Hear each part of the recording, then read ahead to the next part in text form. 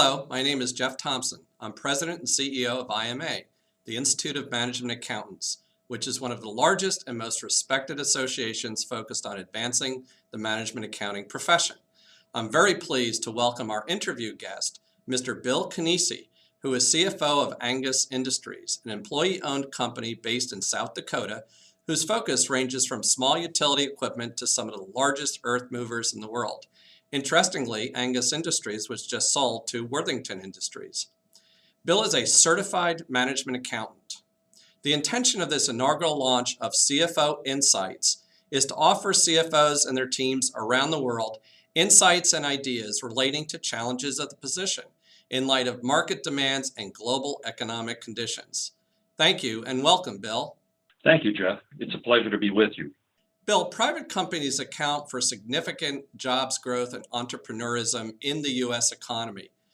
Do current US GAAP financial reporting standards constrain private companies in any way? I think that current GAAP constrains private companies really in two general areas. One is in the issue of knowledge.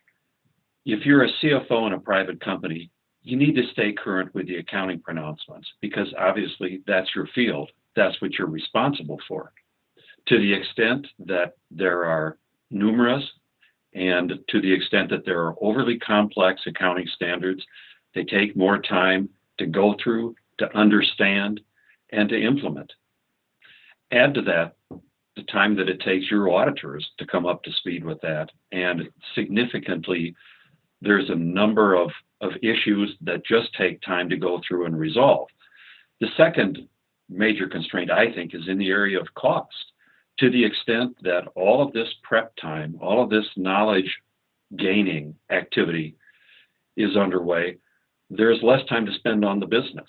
So it's a cost to the business. It's also a cost to the professionals that you employ, for instance, to walk through your audit. My audit costs me more simply because my auditors have to look at things that really don't influence private company results. Bill, you served as IMA's representative on the prestigious year-long Blue Ribbon panel on private company financial reporting. Can you summarize the panel's recommendations for our audience? Sure. The recommendations, there were a number of recommendations, but they can be grouped into two major recommendations. One is that there should be GAAP with exceptions for private companies. And two, there should be a separate standard-setting body to set the standards for private companies. The Financial Accounting Foundation, or FAF, as you know, recently issued a recommendation with requests for comments on private company financial reporting.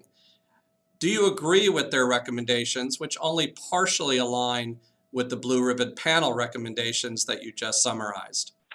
Well, this is a very complex subject and a very complex answer.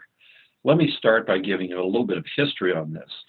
This issue has been around for probably over 30 years, and there have been a number of bodies that have been established to investigate whether there should be a difference in private company standards versus public company standards. The Blue Ribbon panel was probably the most recent of those. And it's very interesting to me that there's a whole discussion area related to the arcane business of accounting standards. Who'd have thought? But having said that, we have all grown up understanding that there is a gold standard, and that's US generally accepted accounting principles. And now we're looking at what happens to those generally accepted accounting principles to serve both the public reporting market and the private reporting market. And it has the potential to really be divisive to the profession. So the Blue Ribbon panel made its recommendations.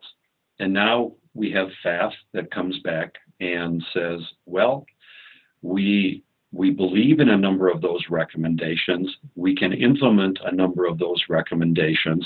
But one of the main recommendations of a separate standard setting body is not in their recommendation. Now, when I look at this, I think I was part of the group that put together the recommendation on the Blue Ribbon panel. And this was done basically in the time frame of 2010. Here we are in 2012. We're still debating what should happen there. And from my perspective, if we need to have a separate standard setting body and it needs to report to the FASB, then I view that as progress. Another major accounting association has implied that if a board separate from the FASB is not formed to address private company issues, then perhaps a completely new standards board should be formed. Do you agree with this option?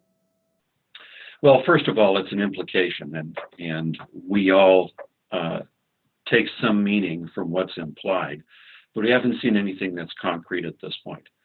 But if that is the implication, and it's true, I think that that isn't a sensible response.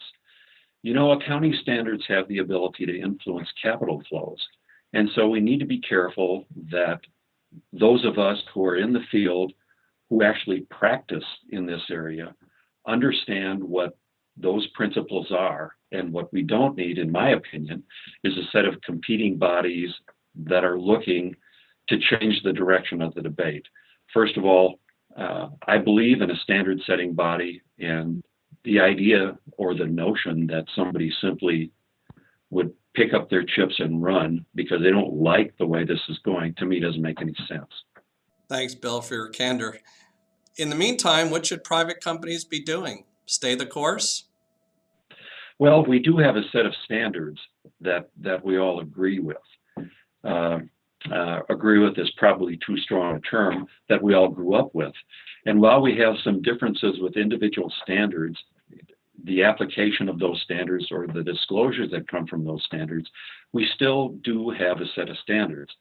So until there is a good alternative, an alternative that makes sense, I think staying the course makes a lot of sense.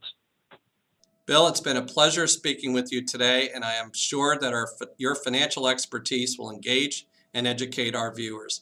Thank you once again for your time. Jeff, you're quite welcome. Thanks. If you have any questions or comments about today's conversation with Bill Knese, please visit IMA's website at www.imanet.org, or feel free to contact me directly, jthomson@imanet.org. Thanks again, everyone, for watching.